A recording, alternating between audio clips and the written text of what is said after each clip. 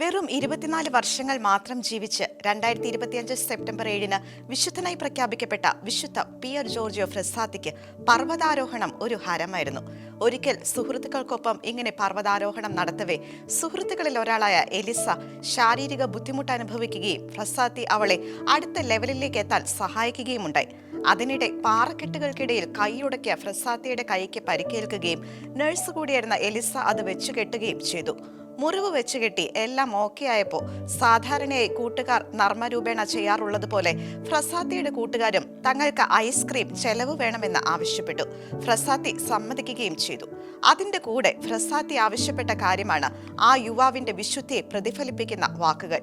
തന്റെ കൂട്ടുകാരെ മുഴുവൻ നോക്കിക്കൊണ്ട് ഫ്രസ്സാത്തി പറഞ്ഞു, ഞാൻ നിങ്ങൾക്ക് ഐസ്ക്രീം വാങ്ങിത്തരാം, പക്ഷേ ഒരു വ്യവസ്ഥയുണ്ട്. നമ്മിൽ ആരാണോ ആദ്യം സ്വർഗത്തിലെത്തുന്നത് ആ വ്യക്തി മറ്റുള്ളവരെയും അവിടേക്ക് കയറാൻ സഹായിക്കണം. ആ സുഹൃത് വലയത്തിൽ നിന്ന് ആദ്യം ഇഹലോകവാസം വെടിഞ്ഞത് ഫ്രസ്സാത്തി തന്നെയായിരുന്നു. 24-ാം വയസ്സിൽ നിത്യത പുൽകിയ ഫ്രസ്സാത്തി ഇന്ന് വിശുദ്ധ പദവിയിൽ എത്തി നിൽക്കുമ്പോൾ സ്വർഗം ലക്ഷ്യമാക്കിയുള്ള ആ യുവാവിന്റെ വാക്കുകൾ ഇന്നത്തെ യുവതലമുറയ്ക്ക് വെല്ലുവിളി ആകുകയാണ്.